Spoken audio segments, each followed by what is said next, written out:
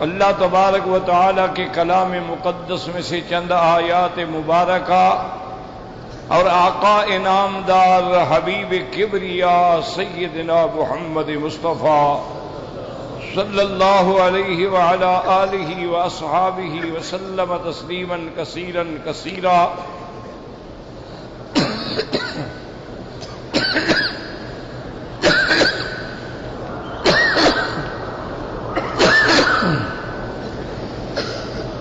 کہ فرامین مبارکہ میں سے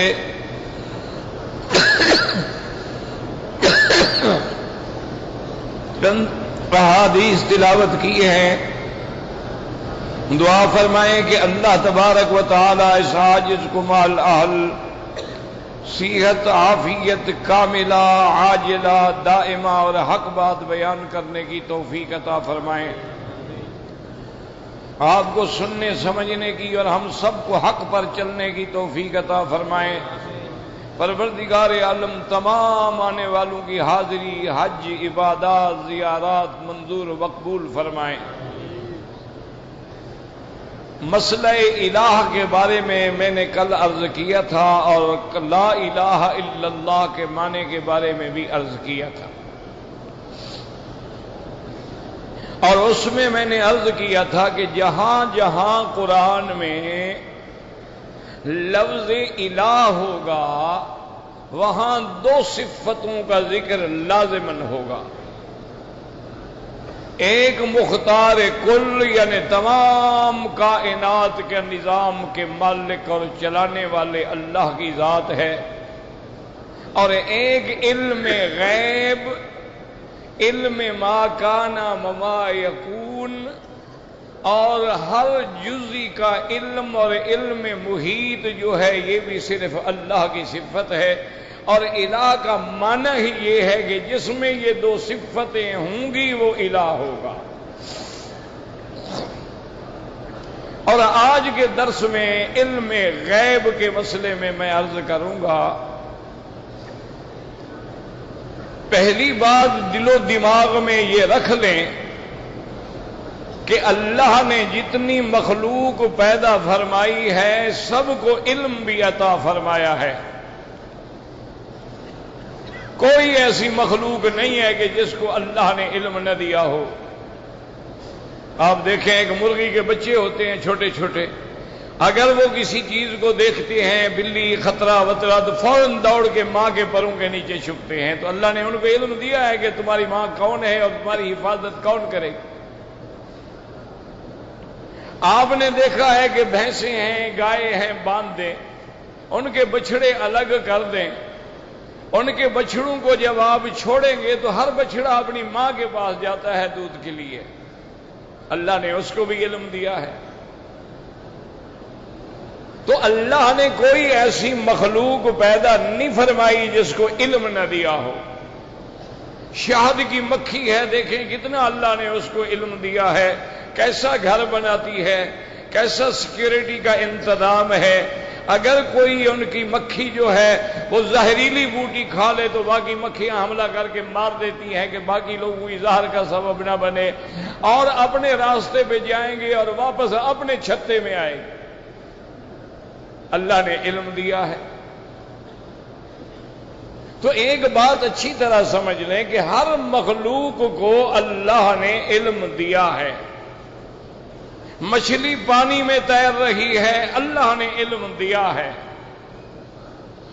پرندے ہواؤں میں اڑتے ہیں، اللہ نے علم دیا ہے۔ جانور لوٹ کے سیدھا گھر آتے ہیں، اللہ نے علم دیا ہے۔ لیکن سب سے زیادہ علم اللہ تبارک و تعالی نے انسان کو دیا ہے، کہ باقی جتنی اللہ کی مخلوق ہے جنات کو بھی علم ہے لیکن انسانوں کے مقابلے پہ نہیں ہے۔ تو سب سے زیادہ علم اللہ نے انسان کو دیا ہے۔ حواس خمس عطا فرمائے ہیں، عقل عطا فرمائی ہے، دیکھنے کی طاقت عطا فرمائی ہے، سننے کی طاقت عطا فرمائی ہے، چکھنے کی طاقت عطا فرمائی ہے، سونگ کے بتلانے کی طاقت عطا فرمائی ہے، تو یہ سارا علم سب سے زیادہ اللہ نے انسانوں کو دیا ہے۔ اچھی طرح بات سمجھیں۔ اور انسانوں میں چونکہ انسان آپ پہلے الحمدللہ سن چکے ہیں کہ سب چیز سے افضل ہے، وہ جنات سے بھی افضل ہے، وہ فرشتوں سے بھی افضل ہے، وہ تمام مخلوق سے افضل ہے۔ تو اللہ نے چونکہ یہ افضل ہیں، اس کی ذمہ داریاں بھی زیادہ ہیں، تو اللہ نے سب سے زیادہ علم انسانوں کو دیا ہے۔ اور انسانوں میں سے اللہ نے سب سے زیادہ علم جو ہے وہ انبیاء، پیغمبر اور نبی اور رسولوں کو دیا ہے، چونکہ ان کی ذمہ داری اور بڑھ جاتی ہے۔ اور تمام انبیاء میں اللہ تبارک و تعالی نے زیادہ علم پھر اولی العزم من الرسل جو 5 پیغمبر ہیں ان کو دیا ہے۔ اور تمام پیغمبر، تمام نبی، تمام رسول، تمام اولی العزم میں سے، ساری مخلوقات انسانی میں سے سب سے زیادہ علم جو ہے اللہ نے حضرت محمد مصطفیٰ کو دیا ہے صلی اللہ علیہ وسلم۔ اسی لیے حضور نے فرمایا اوتیت علم الاولین والآخرین، جو پہلے گزر چکے اللہ نے مجھے ان کا بھی علم دیا اور بعد کا بھی علم دیا ہے۔ تو سب سے زیادہ علم مخلوق میں حضرت سیدنا محمد مصطفیٰ علیہ السلام کو اللہ نے دیا ہے۔ اچھی طرح دماغوں میں بات بٹھا لیں، لوگ دھوکہ دیتے ہیں اور عقائد میں بربادی ہوتی ہے، اور شرک کی جڑ جو ہے وہ یہی مسئلہ ہے۔ اس کو سمجھ لوگے تو شرک سے انشاءاللہ بچ جاؤ گے۔ اب یاد رکھیں کہ سب سے زیادہ علم تو اللہ نے آپ کو دیا ہے، لیکن علم غیب جو ہے، علم کامل جو ہے، علم محیط جو ہے، علم ازل سے ابد تک جو ہے، علم موجود اور غیر موجود کا جو ہے، یہ صرف میرے اللہ کی صفت ہے، اس میں اللہ کا کوئی شریک نہیں ہے۔ اچھی طرح بات کو سمجھ لیں۔ لفظ علم غیب یاد رکھنا، اس لیے آپ قرآن میں دیکھیں کہ جتنی تعلق ہے لفظ علم کا، یعنی علم کا لفظ بھی ہے، علام کا لفظ بھی ہے، عالم کا لفظ بھی ہے، علیم کا لفظ بھی ہے، یعلم کا لفظ بھی ہے، یہ سارے اللہ کے لیے ہیں۔ اور یہ بات بھی حاجی صاحبان دماغ میں رکھ لیں کہ لفظ علم ہو اور آگے غیب ہو، کیا ہوگا؟ علم یاد کر لو، کیا لفظ بنے گا؟ علم عربی میں کہتے ہیں مضاف مضاف الیہ، آپ اس کو چھوڑیں۔ علم ہو اور آگے غیب ہو، یہ سارے قرآن میں اور تمام ذخیرہ احادیث میں اللہ کے سوا کسی کے لیے نہیں ہے۔ علم غیب الگ چیز ہے، اچھی طرح سمجھ لو۔ ایک ہے اخبار عن الغیب، اطلاع علی الغیب، اظہار عن الغیب، انباء عن الغیب، یہ الگ چیز ہے۔ اسی میں لوگوں کو دھوکہ ہوتا ہے، اللہ پاک رحمت فرمائے۔ تو یاد رکھو کہ عقیدہ اہل سنت والجماعت جو ہے قرآن و سنت کے مطابق، اور پھر حضور کے صحابہ، تابعین، تبع تابعین، مجتہدین، فقہاء، اولیاء، علماء، سب کا عقیدہ یہ ہے کہ علم غیب جو ہے وہ اللہ کے لیے ہے۔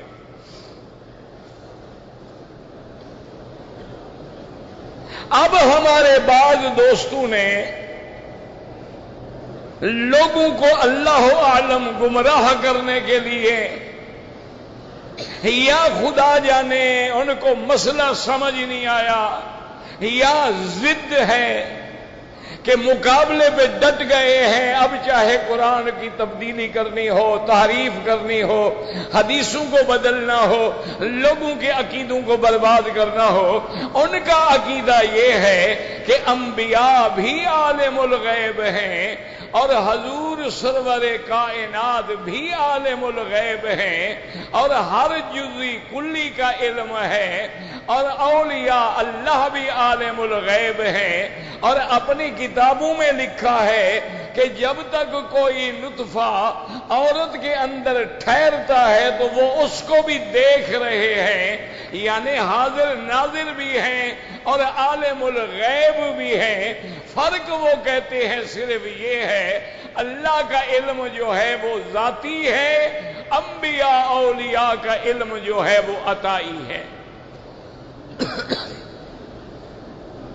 بات سمجھ آ رہی ہے کہ نہیں آ رہی؟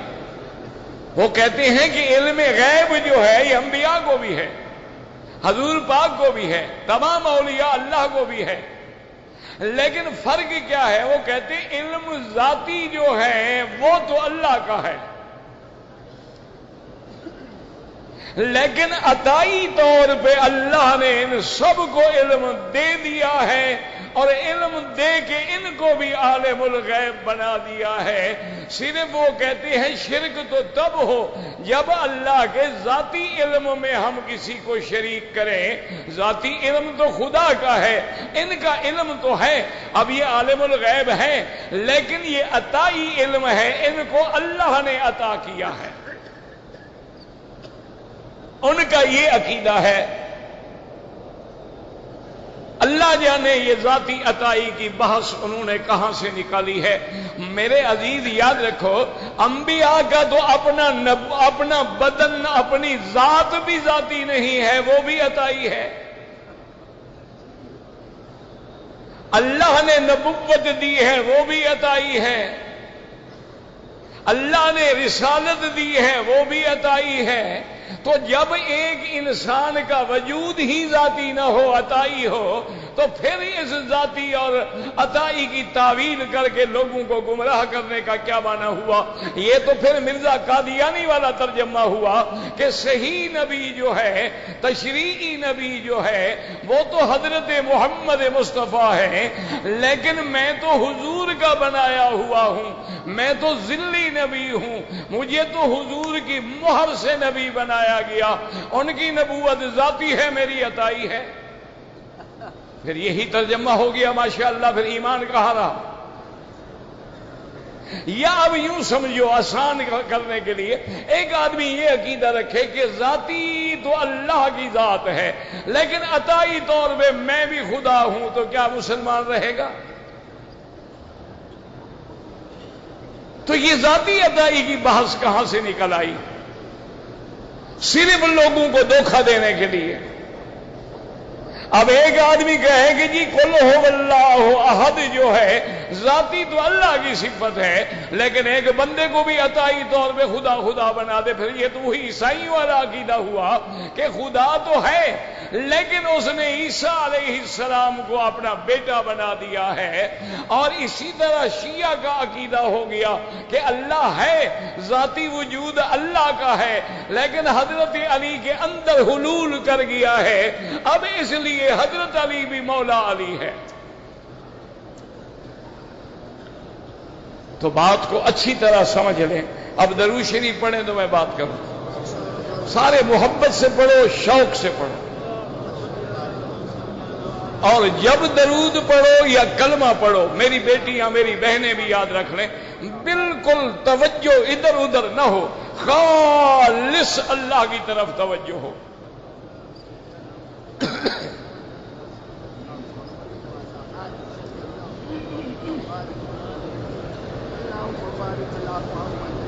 اب ذاتی عطائی کی بحث تو آپ نے سمجھ لی کہ یہ تو جھوٹ ہے، محض دھوکہ دینے والی بات ہے۔ ایک ہے اللہ انبیاء کو غیب کی خبر دے دے، اس کو کہتی ہے انباء عن الغیب۔ ایک ہے اللہ انبیاء اولیاء کو غیب پر اطلاع کر دے، یہ ہے اطلاع علی الغیب۔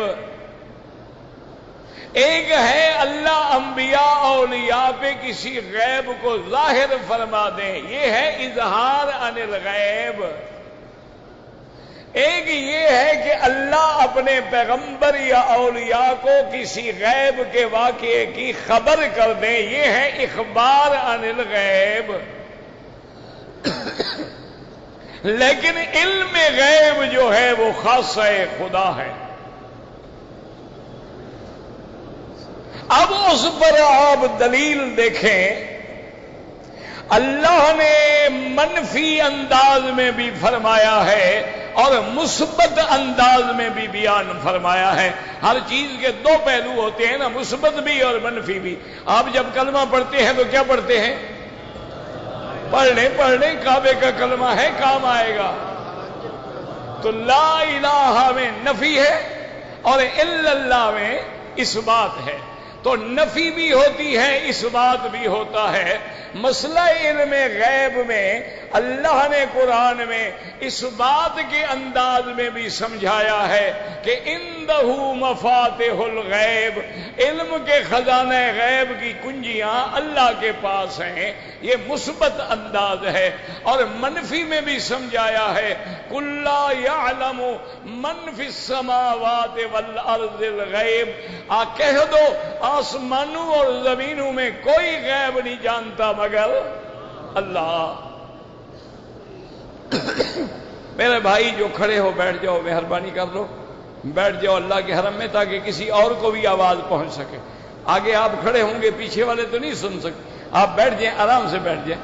اور عورتیں عورتوں میں آ جائیں، مردوں میں نہ کھڑی ہوں، مرد بھی ان میں نہ گھسیں، لیکن عورتوں کے لیے پیچھے جگہ موجود ہے، وہ مردوں میں نہ کھڑے ہوں، گناہ گار بھی نہ ہوں اور فائدہ بھی کوئی نہیں پھر تقریر سننے کا۔ اب جناب سب سے پہلے نوری مخلوق سے بات شروع کرتے ہیں،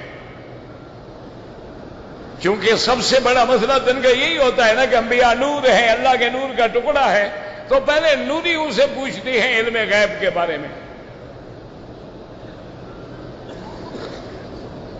اب اللہ تبارک و تعالی قرآن میں فرماتے ہیں وَعَلَّمَ آدَمَ الْأَسْمَاءَ كُلَّهَا ثُمَّ عَرَضَهُمْ عَلَى الْمَلَائِكَةِ فَقَالَ أَنبِئُونِي بِأَسْمَاءِ هَؤُلَاءِ۔ اللہ نے علم دیا، آدم علیہ السلام کو چیزوں کے نام بتلائے، خواص بتلائے، استعمال بتلایا، منافع مضار بتلائے، اور اس کے بعد اللہ نے امتحان لیا اور فرشتوں کو حکم دیا انبئونی باسماء ہؤلاء ان کنتم صادقین۔ اللہ نے فرمایا ملائکہ تم کہتے تھے کہ ہم افضل ہیں، ہم تیری تسبیح تقدیس کرنے والے ہیں، ہم گناہوں سے پاک ہیں، ہم تیرے فرما بردار ہیں، آپ کسی انسان کو خلیفہ نہ بنائے، آج تمہارا امتحان ہے، یہ چیزیں تمہارے سامنے ہیں، ان سب چیزوں کے بارے میں بتلاؤ، اس کا کیا نام ہے، کیا نام ہے، کیا نام ہے، کیا کام ہے، کیا کام ہے، بتلاؤ۔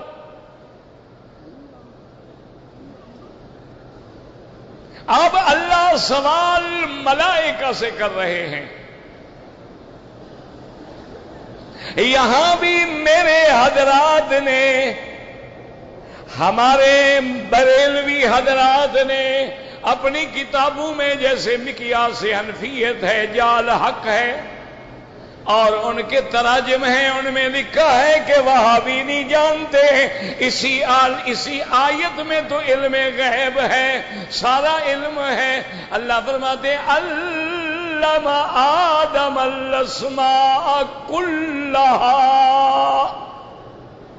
وہ کہتے ہیں کل جو ہے استغراق کے لیے ہوتا ہے، اللہ نے تو ہر چیز کا آدم کو علم دے دیا، اور کہتے ہیں یہی تو ہم کہتے ہیں کہ بھئی ذاتی علم تو اللہ کا ہے لیکن عطائی حضرت آدم کو بھی مل گیا، اور لفظ کل آ گیا ہے، اور کل استغراق کے لیے ہوتا ہے، مانا ہر چیز کا، ہر فرد کا، ہر ذرے کا اللہ نے آپ کو علم عطا فرما دیا ہے۔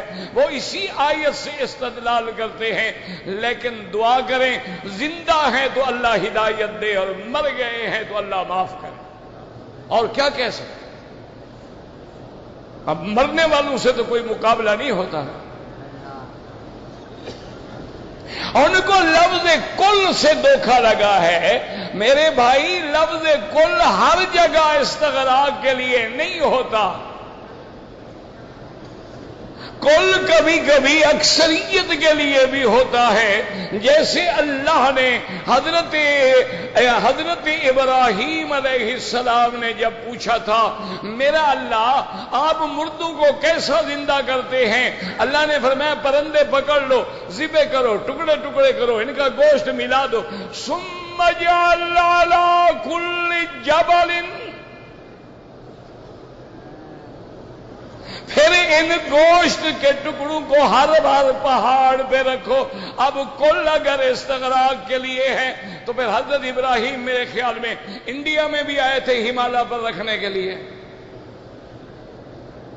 آپ کے ملک میں کیٹو پہ رکھنے کے لیے بھی تشریف لائے ہوں گے، کیونکہ ہر پہاڑ مراد لفظ کل جو آ گیا تو معلوم ہوا کل یہاں ان پہاڑوں کے لیے ہے جو حضرت ابراہیم کے قریب تھے، یہ تھوڑا ہے کہ ساری دنیا کے پہاڑ مراد تھے۔ اسی طرح ملکہ بلقیس کے بارے میں آتا ہے وَأُوتِيَتْ مِنْ كُلِّ شَيْءٍ، وہاں کل بھی ہے اور شیئن بھی ہے کہ اس کو اللہ نے ہر چیز عطا فرمائی ہے۔ تو اس کا کیا معنی ہے؟ یعنی ملکہ بلقیس کے بعد ہوائی جہاز بھی تھے؟ ہوائی جہاز تو بنے بھی نہیں تھے، ایٹم بھی تھا، میزائل بھی تھے، وہ تو بنے نہیں، پھر کل شیئن کیسے آ گیا؟ تو معنی یہ ہے کہ اس دور میں جو ایک بادشاہ یا ملکہ کو ضرورت ہے اللہ نے وہ چیزیں ان کو دے دی، یہ مراد تھوڑی ہے کہ دنیا کا ذرہ ذرہ دے دیا ہے۔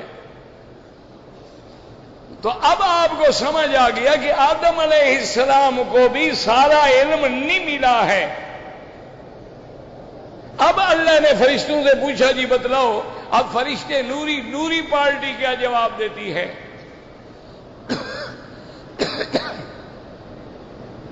قالوا سبحانک، ہاں جی اچھی طرح سمجھو اللہ کا قرآن ہے۔ الحمدللہ علماء حق کی مجلسوں میں بیٹھے ہوئے قرآن و حدیث کی بارش ہوگی، نہ وہاں کوئی دیوان ہوگا، نہ وہاں کوئی جھوٹے قصے کہانیاں ہوں گے، اور نہ وہاں کسی کو غلط فہمی، یا اللہ کا قرآن ہوگا یا محمد مدنی کا بیان ہوگا۔ قالوا سبحانك لا علم لنا إلا ما علمتنا إنك أنت العليم الحكيم۔ اب نوریوں نے کیا کہا؟ سب نے کہا سبحانک، پاک ہے تیری ذات، لا علم لنا، ہمیں علم نہیں ہے، ہم تو بس اتنا جانتے ہیں جتنا تو نے ہمیں علم دیا ہے۔ میرا اللہ ہم ذرہ ذرہ نہیں جانتے، ہمیں تو اتنا پتا ہے جتنا آپ نے ہمیں علم دیا ہے۔ کیوں؟ علیم تیری صفت ہے، حکیم تیری صفت ہے، علم محیط تیری صفت ہے، ہم تو نہیں جانتے۔ تو اب بتائیں، ایمان سے کہیں فرشتے عالم الغیب ہیں؟ ہاں جی، قرآن کیا کہتا ہے؟ فرشتوں نے کیا کہا کہ ہمیں علم ہے یا نہیں؟ ہاں جی بھائی خاموش رہو، عورتوں کو بولنے کی بڑی مرض ہوتی ہے نا، عورتیں اکٹھی ہوں اور نہ بولیں یہ بھی قیامت کی علامت ہے۔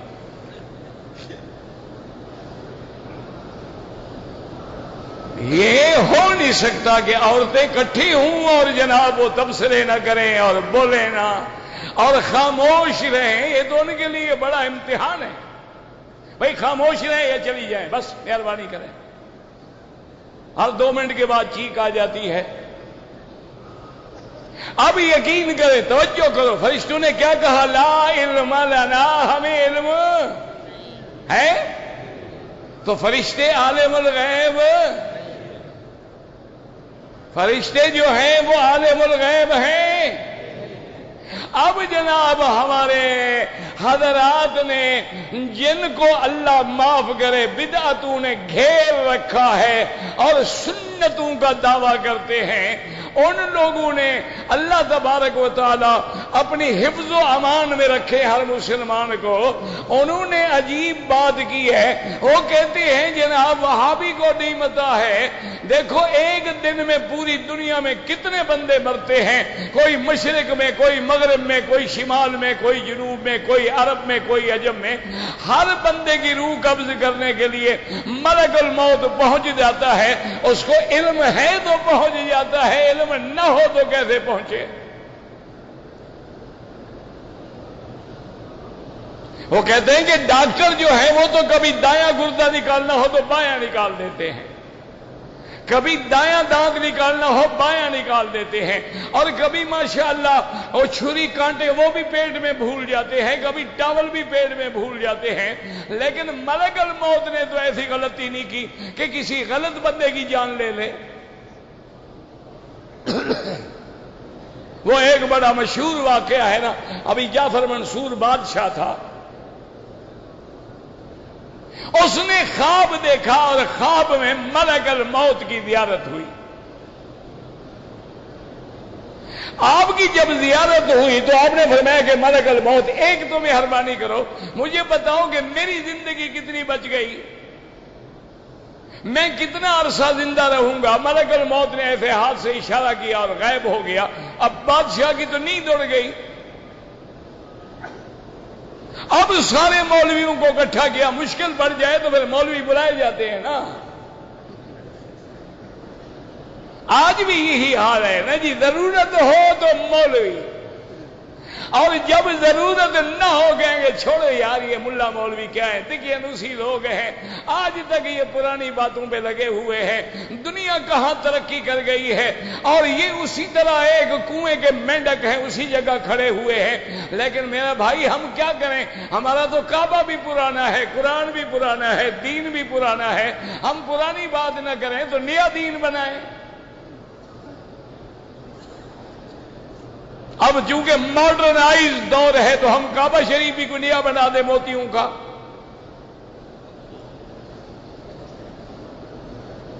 یہ جاہلوں والی باتیں ہیں. بہرحال مولویوں کو بلایا, انہوں نے کہا جی ملک الموت کو میں نے خواب میں دیکھا, میں نے پوچھا کہ میری زندگی کتنی باقی ہے, وہ اشارہ کر کے چلا گیا ہے. اب جو ہے آپ مجھے بتائیں اس سے کیا مراد ہے.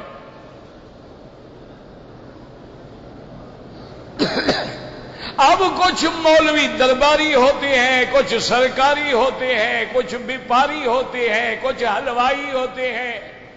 مولوی میں بھی تو ہر قسم ہے نا, کچھ ختم شریف والے, کچھ 11ویں شریف والے, کچھ میلاد شریف والے, کچھ جلوس شریف والے, کچھ تعزیے والے, کچھ امام حسن حسین کے نام پہ رونے والے, مختلف مولوی. اب جو سرکاری درباری تھے انہوں نے کہا حضرت اس نے اشارہ کیا ہے کہ آپ 5 صدیوں تک زندہ رہیں گے, 500 سال. بادشاہ کو خوش کرنا تھا نا جی. بادشاہ نے کہا پاگل ہو گئے, 500 سال میں زندہ رہا تو میرا بچے کا کیا. آدمی 80-90 سال میں بوڑھا ہو جاتا ہے, لوگوں کا محتاج ہوتا ہے, لکڑی پکڑ کے چلتا ہے. تو میں اگر 500 سال زندہ ہوا, آپ کیا کہتے ہیں میں چور چور کے مر جاؤں. بادشاہ کا تم جھوٹ بولتے ہو. کسی نے کہا کہ جناب آپ 5 سال زندہ رہیں گے. انہوں نے کہا تھوڑی خوشامد کریں, جو بادشاہ کو ہضم بھی تو ہونا. ابھی 5 سال کی ڈگری تو دیں نا ہم. بادشاہ نے کہا ابھی بات سمجھ نہیں آتی. آخر انہوں نے امام ابی یوسف رحمت اللہ علیہ، جو امام ابو حنیفہ کے خاص شاگرد ہیں، جن کو صاحبین کہا جاتا ہے، امام ابو یوسف اور امام محمد رحمت اللہ علیہم، ان سے رجوع کیا کہ اس خواب کا کیا مطلب ہے۔ انہوں نے کہا بادشاہ سلامت نہ 500 سال ہے، نہ 5 سال ہیں، نہ 5 دن ہیں۔ آپ نے سوال کیا، اس نے اشارہ کیا کہ خمس لا یعلمہن الا اللہ، یہ وہ 5 چیزیں ہیں جن کے بارے میں اللہ کے سوا کوئی جانتا نہیں، میں تمہیں کیا بتاؤں۔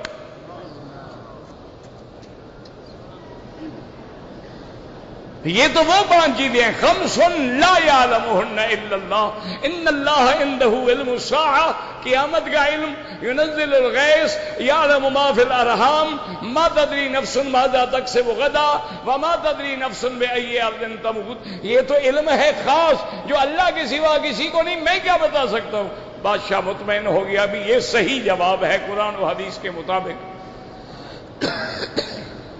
تو سن لو، یاد رکھو، ملک الموت جو ہے اس کو جب لیلۃ القدر کی رات میں فیصلے ہوتے ہیں، 1 سال کی ان کو باقاعدہ کشف مل جاتی ہے۔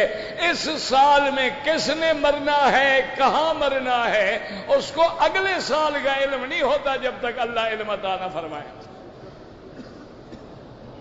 یہ علم غیب نہیں ہے، یہ تو ایسے ہے نا جیسے آپ کسی اپنے ملازم کو ایک شیٹ حساب کی پرنٹ نکال کے دے دیں کہ بابا اس سال کی آمدنی نفع نقصان یہ ہے، اب اگلے سال کا لکھنا شروع کرو۔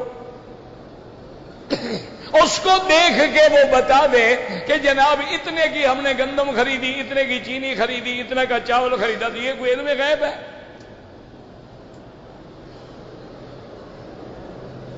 اب جناب آگے چلیں کہ حضرت آدم علیہ السلام بن گئے، مسجود الملائکہ بھی ہو گئے، اور بی بی حوا بھی پیدا ہو گئی۔ اللہ نے حکم دیا کہ تم دونوں جنت میں رہو اور جتنا کھاؤ، جو کھاؤ، جہاں جاؤ، عیش کرو، لیکن ایک درخت ہے، اس درخت کے قریب نہ جانا۔ یہ قرآن پاک میں ہے کہ نہیں ہے؟ اسی لیے علماء کہتے ہیں نا کہ مرد کا عورت کے بغیر گزارا نہیں ہوتا، عورت کے بغیر گزارا ہوتا تو بی بی حوا کو اللہ پیدا ہی نہ کرتے۔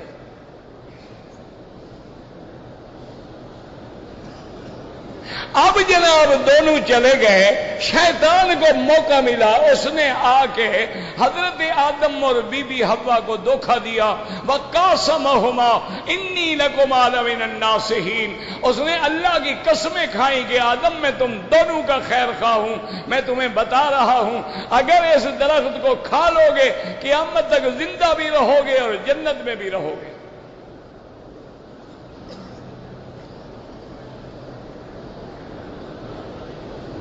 اس نے کہا اللہ نے جو تمہیں درخت سے روکا ہے اس لیے روکا ہے کہ اگر کھا لو گے۔ کمال بھائی ہمارے 14ویں صدی کے مولویوں کا ہے، جنہوں نے یہ بھی بتلا دیا کہ وہ درخت کا جس دانے سے اللہ نے منع کیا تھا آدم حوا کو، وہ گندم کا دانہ تھا۔ سنا ہے نا آپ نے کہ نہیں سنا ہے؟ نہ ایمان سے کہو تمہارے ملک میں گندم کے درخت ہوتے ہیں؟ تو ان کو شرم بھی نہیں آئی قرآن کا معنی بدلتے ہوئے؟ وہ گندم کے کھیت ہوتے ہیں یا درخت ہوتے ہیں؟ اللہ نے تو درخت سے منع کیا ہے، گندم سے تو منع نہیں کیا۔ اصل بات یاد رکھو، اللہ نے درخت کہا ہے لیکن نام یاد رکھو، اللہ نے درخت کا وَلَا تَقْرَبَا هَٰذِهِ الشَّجَرَةَ فَتَكُونَا مِنَ الظَّالِمِينَ۔ اللہ نے فرمایا اس درخت، اور یہ مسئلہ بھی یاد رکھ لے میرے بھائی میرے بزرگ، کہ جس چیز کا اللہ قرآن میں نام نہ لے اس کو ڈھونڈنے کی کوئی ضرورت نہیں ہوتی۔ اللہ نے نام لیا ہوتا حضور ہمیں بتا دیتے، بات ختم۔ جب اللہ نے نہیں بتلایا تو ڈھونڈنے کا کوئی درخت ہو بہرحال وہ کوئی درخت تھا. حضرت آدم علیہ السلام کو بی بی حوا نے بھی اکسایا اور کہا کہ دیکھو قسم خدا کی کھا رہا ہے، جھوٹی قسم اللہ کی کون کھا سکتا ہے؟ اچھی بات ہے کہ ہم کھا لیں، مزے کریں گے، ساری زندگی جنت میں رہیں گے. تو دونوں نے کھا لیا. فَأَكَلَا مِنْهَا، اس درخت سے کھا لیا. جب کھا لیا تو سزا کے طور پہ اللہ رحمت فرمائے، اللہ کا عتاب آیا، دونوں کے کپڑے اتر گئے.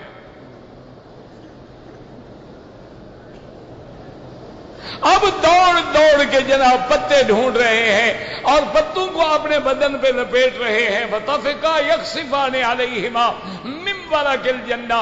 یہاں بھی مولویوں نے ڈھونڈ لیا کہ وہ کیلے کے پتے تھے. پتہ نہیں مولوی صاحب ساتھ تھے. کیا کرے آدمی، کس کس بات کو روئے جناب. کبھی تم نے سنا ہے کہ حضرت پیران پیر دستگیر، یہ سنا ہے لفظ کہ نہیں سنا؟ پیران پیر دستگیر. دستگیر کا معنی کیا ہے؟ ہاتھ پکڑنے والا. یہ لقب کیوں ملا؟ وہ کہتے ہیں اللہ میاں اور پیران پیر جنت میں سیر کر رہے تھے، کیلے کا چھلکا پڑا ہوا تھا، اللہ کا پاؤں پھسل گیا، پیران پیر نے پکڑ لیا.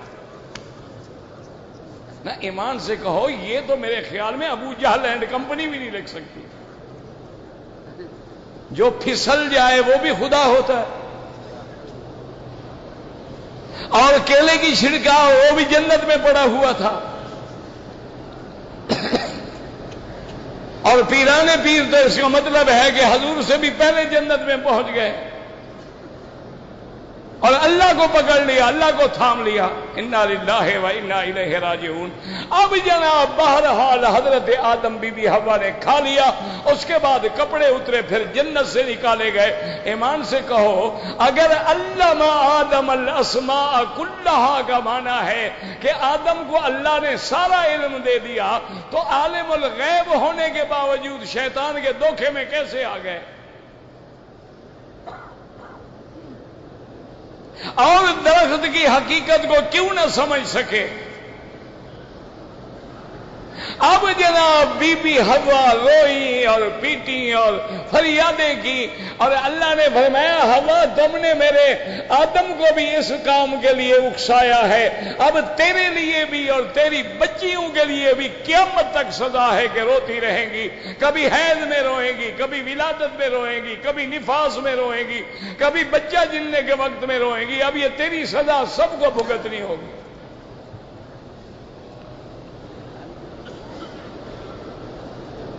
اور میرے مدنی پاک نے فرمایا کہ لو لم تخن حوا، اگر حوا خیانت نہ کرتی تو کوئی دنیا کی عورت بھی خیانت نہ کرتی، لیکن جب ماں خیانت کر بیٹھی تو عورت میں بھی خیانت آ گئی.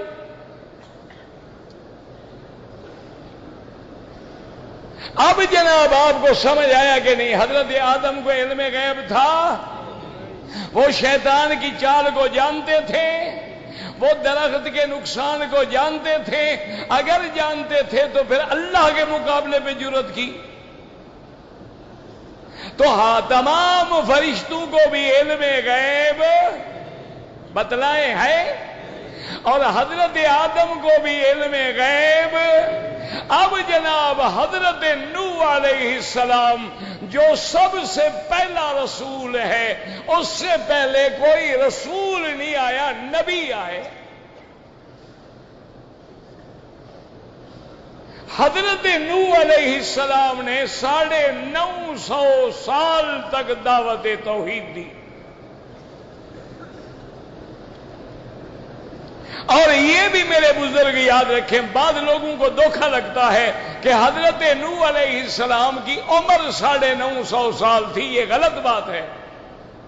حضرت نوح علیہ السلام کی عمر 1050 سال تھی.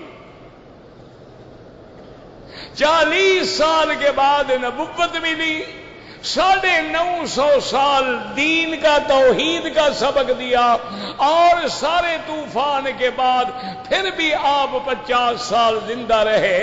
1,1050 سال یہ جو قرآن میں ہے، الف سنۃ الا 50 عاما، یہ مدت دعوت ہے کہ 950 سال حضرت نوح نے توحید کی درس دیا، دعوت دی، سبق دیا۔ اب جناب جب قوم نہ مانی تو اب اللہ کے پیغمبر نے جوش میں آ کے دعا کی، رب لا تذر علی الارض من الکافرین دیارا انک ان تذرہم یضلوا عبادک ولم یلدوا الا فاجرا کفارا۔ اللہ ان کافروں کو برباد کر دے، ان کو مٹا دے ہمیشہ کے لیے۔ میرا اللہ اگر آپ نے ان کو برباد نہ کیا، یہ خود تو مشرک ہیں، خود تو بد کردار ہیں، ان کی آنے والی نسلیں بھی کافر ہوں گی اور تیری شرک کرنے والے ہوں گی، لہذا میری فریاد سن لے۔ اب زمین پہ کوئی ان کا گھر نہ رہے، کوئی آبادی نہ رہے، کوئی انسان نہ رہے۔ نوح علیہ السلام نے اللہ سے دعا کی، اللہ تبارک و تعالی نے نوح علیہ السلام کی دعا منظور فرما لی۔ بڑا لمبا واقعہ ہے، پھر وقت نہیں پورا ہوگا۔ حضرت نوح کو کشتی بنانے کا حکم ملا، آپ کشتی پہ بھی سوار ہو گئے، لیکن یاد رکھو کہ میرے ان حضرات نے، اہل بدعت حضرات نے، اہل باطل حضرات نے اس آیت سے بھی علم غیب ثابت کیا ہے۔ وہ کہتے ہیں وہابی صاحبان آنکھیں کھولو، یہاں علم غیب بھی ہے، اور جو کچھ عورتوں کے رحم میں ہے ما فی الارحام کا بھی علم ہے۔ اسی لیے نوح علیہ السلام کہہ رہے ہیں کہ اگر آپ نے چھوڑ دیا لم یلدوا الا فاجرا کفارا، یہ فاجر اور کافر پیدا کریں گے تو ان کو علم تھا کہ کیا پیدا ہوگا، کیسے بچے ہوں گے، ان کا عقیدہ کیا تھا۔ وہ کہتے ہیں حضرت نوح علیہ السلام کو علم غیب تھا، اور علم ما فی غد تھا کہ کل یہ کیا کریں گے، اور علم ما فی الارحام تھا کہ عورتوں کے رحم میں کافر ہیں یا مسلمان ہیں۔ وہ کہتے ہیں سارا علم ہے۔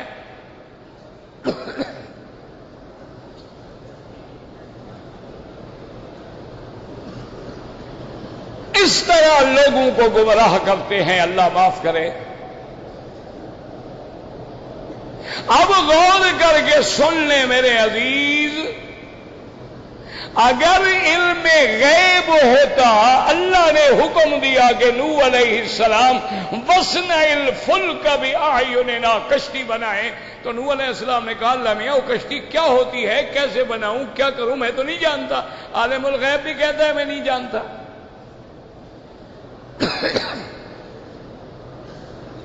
جب دعا منظور ہو گئی تو حضرت نوح علیہ السلام نے عرض کیا کہ یا اللہ طوفان آئے گا تو نشانی بتلائے، ہمیں پتہ لگ جائے کہ طوفان آنے والا ہے، ہم جلدی سے کشتی میں سوار ہو جائیں۔ تو عالم الغیب کو بھی پوچھنا ہوتا ہے کہ کب آئے گا۔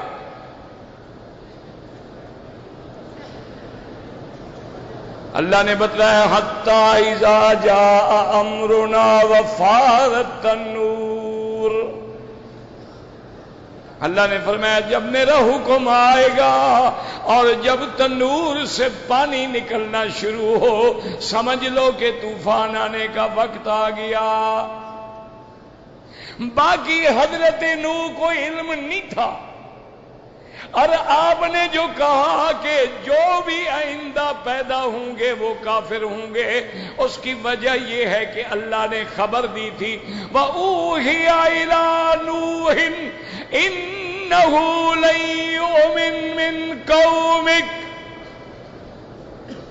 اللہ نے خبر دی تھی کہ نوح علیہ السلام اب تمہاری قوم میں کوئی ایمان نہیں لائے گا۔ تو جب اللہ نے خبر دے دی تو علم غیب کہاں سے آ گیا؟ علم ما فی الغد کہاں سے آ گیا اور علم ما فی الارحام کہاں سے آ گیا؟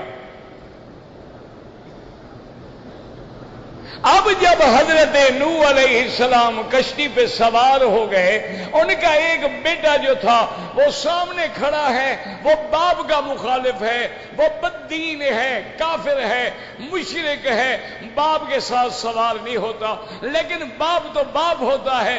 آپ پکارتے ہیں یا بنیت کم معنا، بیٹا آؤ میری کشتی پہ سوار ہو جاؤ، کافروں کے ساتھ نہ رہو۔ بیٹا کہتا ہے نہیں، حضرت نوح ڈرا رہے ہیں، بیٹا غرق ہو جاؤ گے، تباہ ہو جاؤ گے، زندگی دنیا آخرت برباد ہو جائے گی۔ اور نے کہا ابا جان مجھے مت ڈراؤ، ساوی الی جبل، یہ جو اونچے اونچے پہاڑ ہیں میں کسی پہاڑ پہ چڑھ جاؤں گا، کتنا طوفان آئے گا، 10 میٹر 20 میٹر 40 میٹر، یہ تو ہزاروں میٹر بلند ہے۔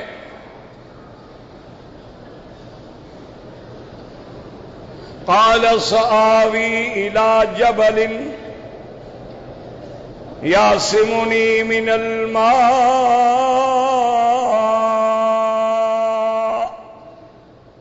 ان پہاڑ سے پناہ پکڑوں گا جو مجھے پانی سے بچا لیں گے۔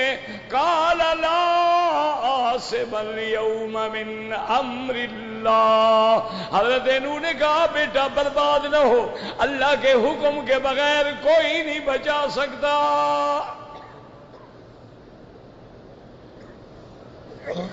اب یاد رکھو کہ اگر انبیاء اولیاء مختار کل ہوتے تو ہم اپنے بیٹے کو تو بچا لیتا۔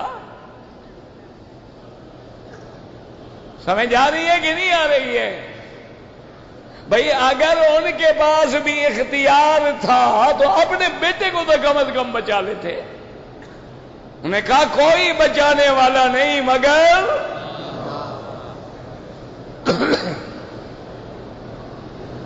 اب یہ باتیں ہو رہی ہیں، اللہ نے حکم دیا دریا کو، وَحَالَ بَيْنَهُمَا الْمَوْجُ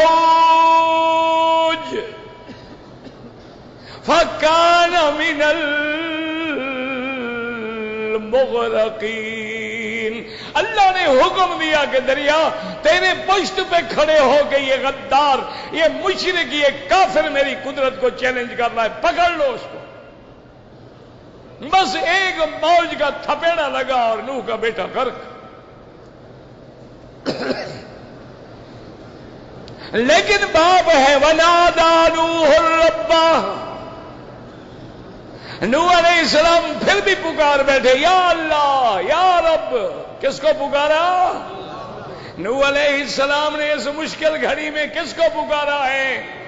حضرت آدم کو، حضرت شیس کو، حضرت جبریل کو، میکائیل کو، کس کو پکارا؟ کہتے ہیں نادا نوح ربہ، اپنے رب کو پکارا۔ اور کیا کہا؟ ان ابنی من اہلی، میرا اللہ آپ جانتے ہیں یہ میرا بیٹا ہے، میرا صلب کا بیٹا ہے، میرا حقیقی بیٹا ہے، میری پشت سے پیدا ہوا ہے، میری نسل ہے، مہربانی کرو میرے بیٹے کو بچا لو۔ اللہ تبارک و تعالی نے کیا فرمایا؟ اللہ نے فرمایا یا نوح انہ لیس من اہلک، نوح علیہ السلام یہ تیرے اہل میں سے نہیں ہے، انہو عمل غیر صالح، اس کا عمل اور عقیدہ غلط ہے۔ جب عقیدہ غلط ہے تیرے ساتھ کیا تعلق ہے؟ اور آگے قرآن کیا کہتا ہے؟ فلا تسألن ما لیس لک بہ علم، اللہ کے قرآن کو نہ بدلو، خدا سے ڈرو، گھبرانی ہے۔ یہ حلوے شلوے سب یہاں پڑے رہ جائیں گے، یہ زندہ باد مردہ باد کے نعرے سب یہاں رہ جائیں گے۔ قرآن کہتے ہیں فلا تسألنا، نوح علیہ السلام ہرگز سوال نہ کرنا جس کا تجھے علم نہ ہو۔ اللہ کیا فرماتے ہیں؟ تجھے علم ہے یا علم؟ اور حکم دے دیا کہ مت سوال کرو۔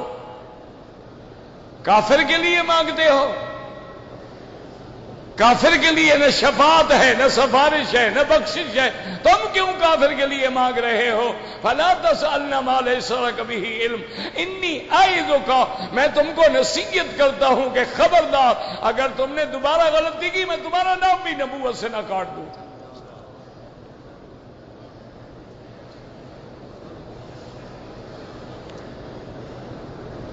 اب ایمان سے کہیں حضرت نوح علیہ السلام کو اگر علم غیب تھا، ذرے ذرے کا علم تھا، پھر تو ان کو پتہ ہوتا اللہ بچے کی بخشش مانگنے پہ ناراض ہو جائیں گے، پھر کیوں مانگی؟ ایمان سے کہے تو کیا پتہ چلا کہ عالم الغیب کون ہے؟ علم غیب کا مالک کون ہے؟ علم محیط کا مالک کون ہے؟ علم کلی کا مالک کون ہے؟ ذرے ذرے کا علم کس کو ہے؟ آسمانوں اور زمینوں میں غیب جاننے والا کون ہے؟ اب مسئلہ آپ کو سمجھ آ گیا، اللہ تبارک و تعالی رحمت فرمائے۔ وقت تھوڑا ہے، سوال جواب ہوں گے، تو عقیدہ صاف کر لیں کہ عالم الغیب کون ہے اور علم محیط کس کو ہے؟ اللہ انبیاء کو خبر دیتے ہیں، اللہ انبیاء پہ کبھی کبھی غیب ظاہر کر دیتے ہیں، کبھی اطلاع دے دیتے ہیں، لیکن عالم الغیب ہونا صرف میرے اللہ کی صفت ہے۔